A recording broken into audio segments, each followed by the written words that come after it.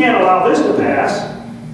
And so Amy, and you talk about divine intervention and so on, Amy was in the right place at the right time. She's in Decatur, a constituent of mine right now, but before that, she was a constituent in Watsika, Illinois, where she had, as a principal, a guy who is now a superintendent in another part of the state, but also a legislator on the education committee.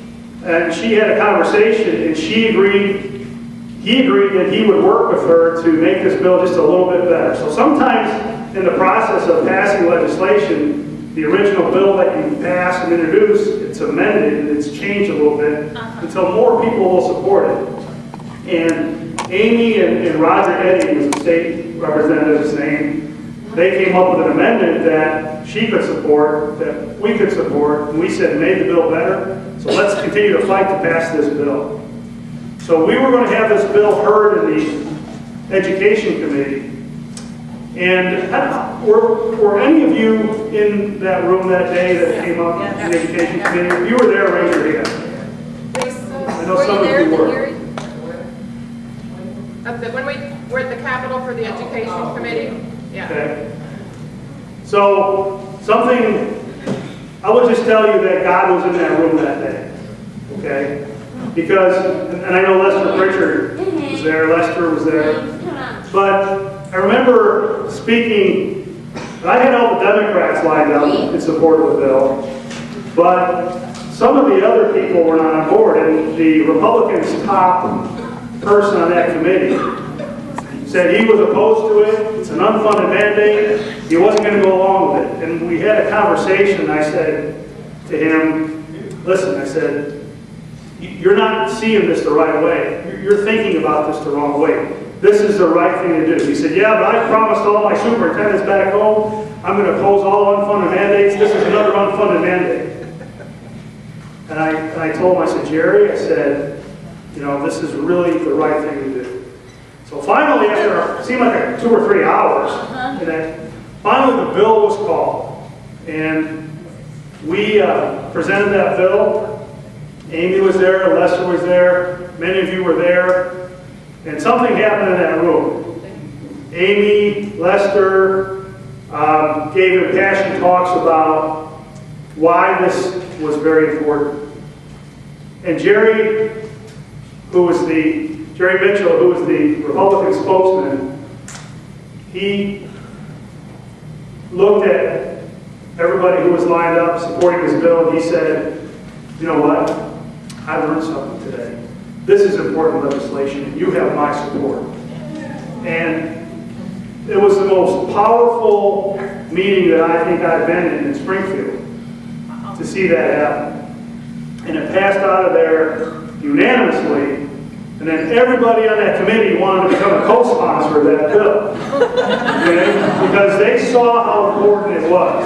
And when you think about all the misunderstandings, you think about that small person who said she didn't like people with autism. You think about all of these kinds of situations that, people, you have found yourselves in. Those legislators saw so many of those challenges that day. And that was a great day for Illinois.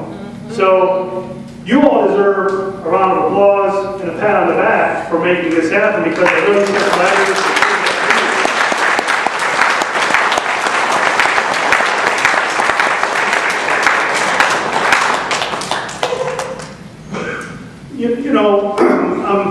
I know about Illinois Voices, and I'm proud to say that Macon Resources helps manage it, and Shirley and Amy, they've obtained the grant, and we're bringing you together today. And I think you're in your 3rd year. This is our 4th year. Your 4th year. And let me just tell you how powerful you are, okay? You probably don't think about this very often. But we passed that bill out of that committee that day, and then it passed out of the House. And I think that one no vote, I think that was a mistake. I think that legislator was probably not at her desk, and I think somebody accidentally pushed the wrong button. But that should have, I think it would be unanimous. But then the bill got held up in the Senate due to politics that had really nothing to do with anybody here. It was just more some politics between the House and the Senate. And so next year, we may have to reintroduce the bill because it may be a little too late in the year to pass the bill out of the Senate. But we need to continue to let all the senators know in Illinois, your senators and other senators, how important that bill is. And if it doesn't get passed out of the Senate this year to get to the governor, we'll reintroduce it again next year. And we're just going to keep going, we're going to keep fighting, we're going to get it done. When you think about this coalition, you think about this group, what you've accomplished, how powerful you are, the kind of change that we can have in our society because of you, because of your efforts, because of your letter writing, because of your communication. You think about the fact that you have family, you have friends, and each of them will support this if you ask them to. And all the agencies and the organizations throughout Illinois who are not here today, who would like to be here today, who maybe someday in the future will be involved, you think about the power that you have. And you can help us pass this legislation and really make some great things happen throughout Illinois. And so I get back to, when I think about this legislation, how important it is in Illinois, how honored I am today to be here to accept this award, because it means so much to work with you on your behalf, on behalf of such gifted and powerful people, and I'm just proud to be a part of it. And I thank you for including me, and I think God made that happen as well. So thank you. And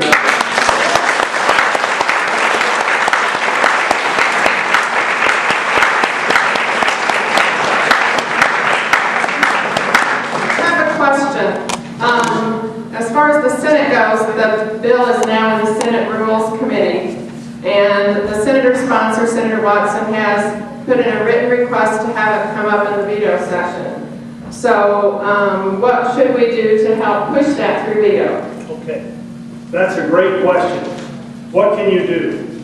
Well, it's very important that you let your senator know that this bill is pending and that there's a request to have it heard during the veto session, which is in November. And so please write your senator and ask them to write the Senate President to ask the Senate President to allow a vote on this very important bill. That's what you need to do. Because if you write your senator will know how important it is, and they will contact the Senate President and say, let this bill have a vote. There's 59 senators, okay? There's 59 senators. And the more of those senators that we can have contacting Senate President Emil Jones about the importance of this bill, then the more he will hear the importance of this bill, the more likely he will be to have it considered for a vote. If we can get that done, we don't need to worry about next year. We can do it. We can do it. We can do it.